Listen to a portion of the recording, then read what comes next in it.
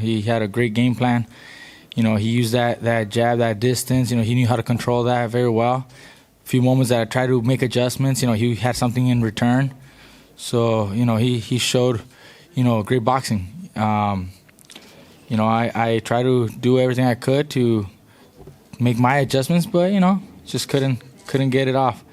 But I'm still very, very happy with the performance. You know, I tried my best, and, you know, we worked hard for this. I really wanted to win it, and, you know, it just feel a little bummed out that I couldn't pull it off. But overall, you know, it was a great experience, great show. You know, Errol Spence is a terrific champion, you know, the best in the welterweight division, you know, very strong. And I'm just very happy that we were able to put this fight together. This is what boxing needs, you know, two of the best pound-for-pound fighters fighting each other, you know, and that doesn't come often, you know, it doesn't happen often. So I was very happy that we could put this together.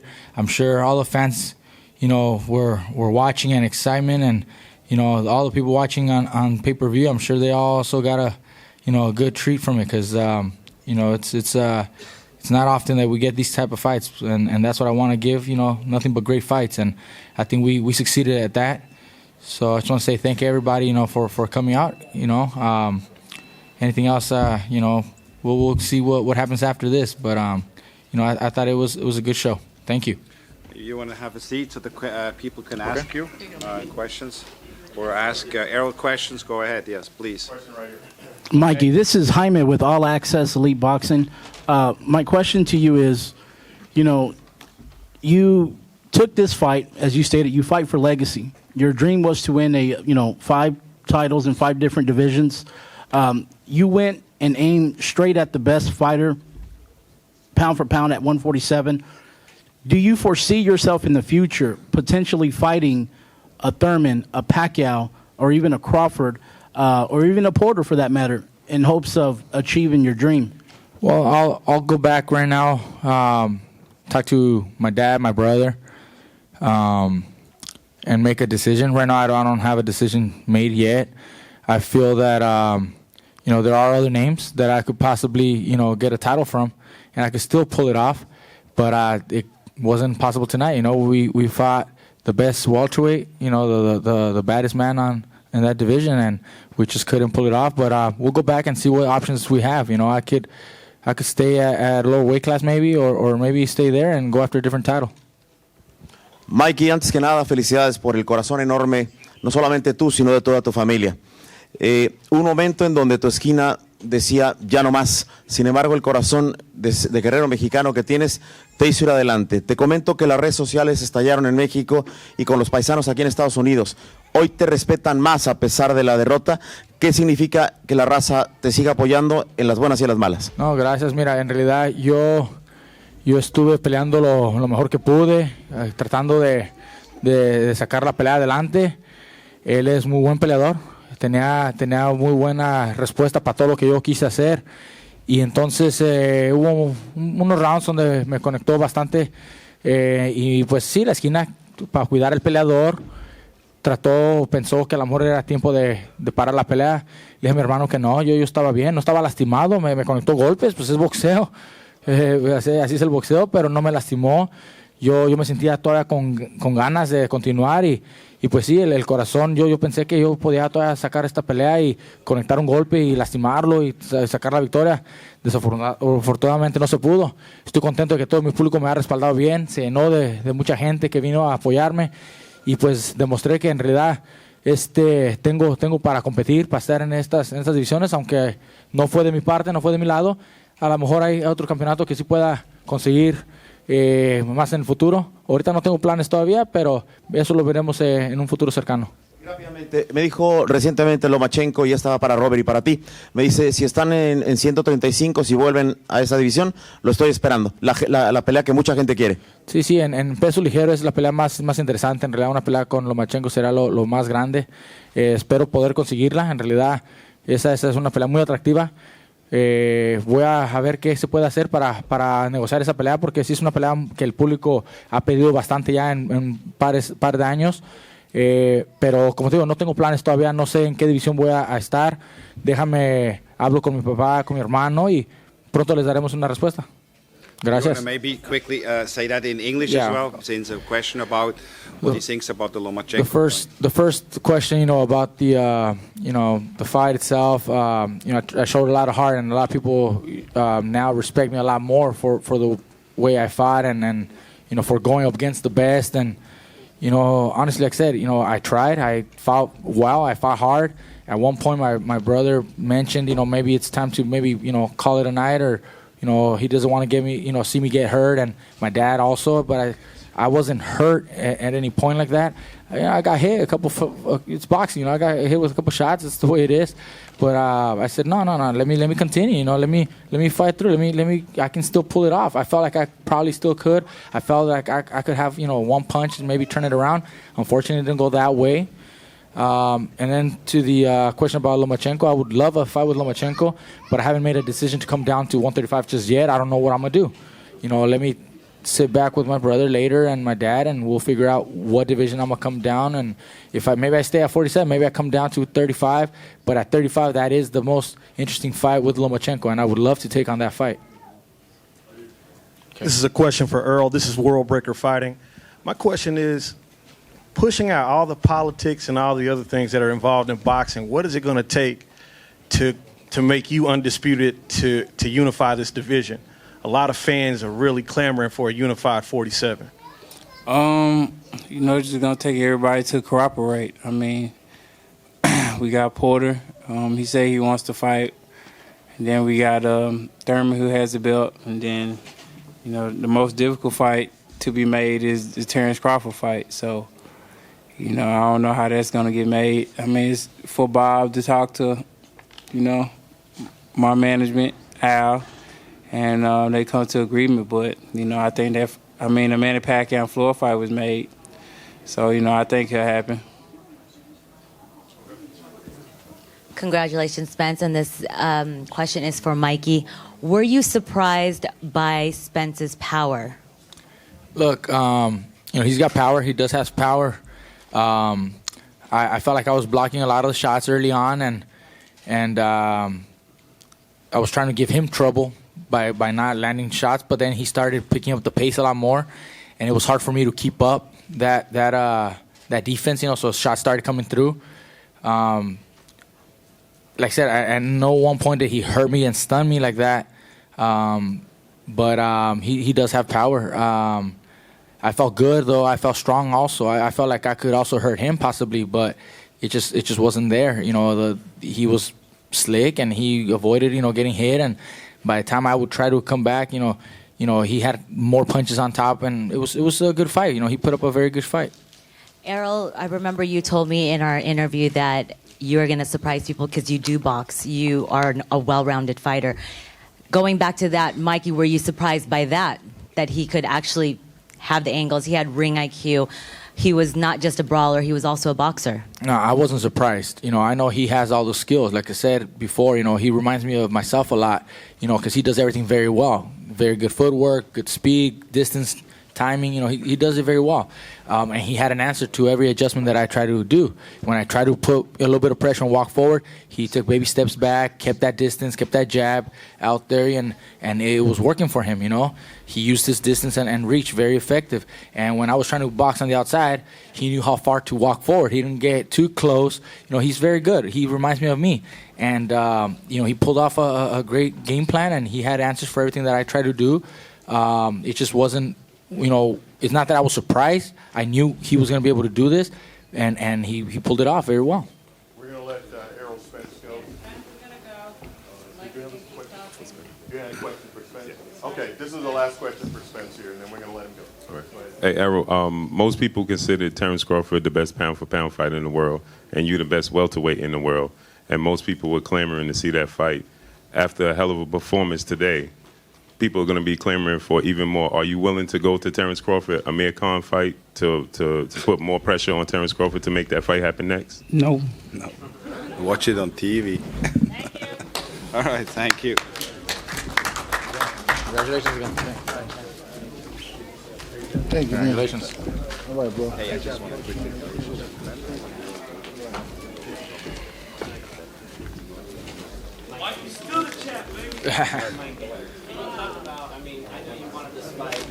Legacy in regards to being a 5-division champion.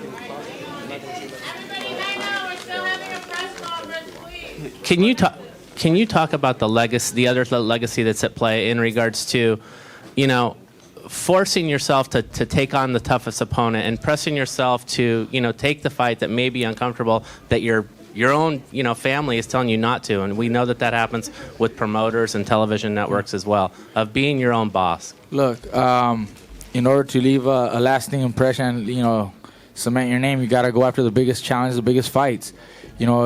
If I want to protect the record and just fight, contenders just to make a quick paycheck and keep moving on and racking up wins, that's not going to be something to be remembered. I don't want that. That's not something that I wanted. I made it a goal of mine after my return to fight the biggest fights, the biggest challenges, so that people can appreciate, who I am as a fighter. And that's why I took on this fight. Like I said, I wanted to, establish that legacy. I was, trying to be great, and I think I just, feel that that's what a real champion needs to be doing. And giving, the greatest fights available. Dare to be great. Dare to be great. That's what you did. Hey, Mikey. You said that you saw something in Errol Spence in the Lamont Peterson fight that led you to believe that you could beat him. Was it different for you in the ring than what you thought that you saw? Did you see those same openings, or was it, Look, I've always said, it's not that I saw something in his game plan or in his, holes in his game or anything like that. I just felt that I was better than him in everything that he did. And I tried to make the adjustments and try to work the way I believed that I could. But he had an answer. Like I said, he had an answer to it too. Whenever I walked forward, he boxed on the outside, which I knew he could box. But I thought I was going to be able to do it quicker. And he just, had an answer, kept that distance. His height and reach, the southern stance always complicate things. I tried to make those adjustments. He just couldn't do it. He showed me that he's a better fighter, keeping that distance. I thought I was going to be able to, maybe get on the inside at times. Then I tried to box on the outside a couple of times, maybe counter. I landed maybe 1 or 2 counters on it, but it wasn't enough. He kept coming and at his distance. He wasn't getting too close to where now he's vulnerable. He knew what he was doing. I tried, I just couldn't. He's big and strong and kept coming with a lot of punches, and he just didn't give me the time. He had a great game plan. Hey, Mikey. Congratulations on the great effort. Strength and conditioning coach Mikey Shillstone once said, when a fighter moves up in weight, he should stay there and not come back down. Do you think moving back down to lightweight to 135 would be in your best interest physically? Look, even though I moved up in weight, I never ballooned up too heavy. I never went, got too big with muscle mass or anything like that. We just added a little bit of muscle mass so that I could be at welterweight for this fight. But even weighing in, I was at 45 and a half. I wasn't a big welterweight. I feel I can come back down to the lower divisions and perform great.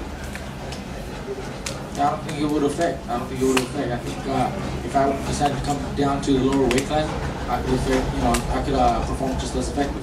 Mikey, quick question. Was there any time during the fight, as Errol was starting to really come on, that you said to yourself, boy, I'm really not a welterweight? No. It wasn't never that moment, or that thought. He just had a lot of endurance, and then he, that strength, the size, obviously, was giving me trouble. But I try to box during those moments. I try to stay on the outside when he did come on the attack, and I was blocking a lot. I was trying to block a lot of the punches, trying to wait for that opening, but it just wasn't there. Whenever I did let my hands go, after he was letting his hands go, he would let down right underneath, and I wasn't able to catch him. And he just fought a very good fight. But I felt strong. I felt good. I just couldn't pull it off. Mikey, Eric Mora de Telemundo, antes de la pelea platicábamos y nos decías que en algún momento tu familiares, tu entrenador, te decían, sabes que no pelees contra él. Sí. En ese momento y cuando estabas arriba del ring, ¿te pasó eso por la mente? ¿Te arrepientes de haberte subido al ring, de haber sacado una derrota? ¿Y qué te llevas de esa pelea? No, mira, no me arrepiento de nada, aunque pues por obvias razones muchos decían que no tomara esta pelea.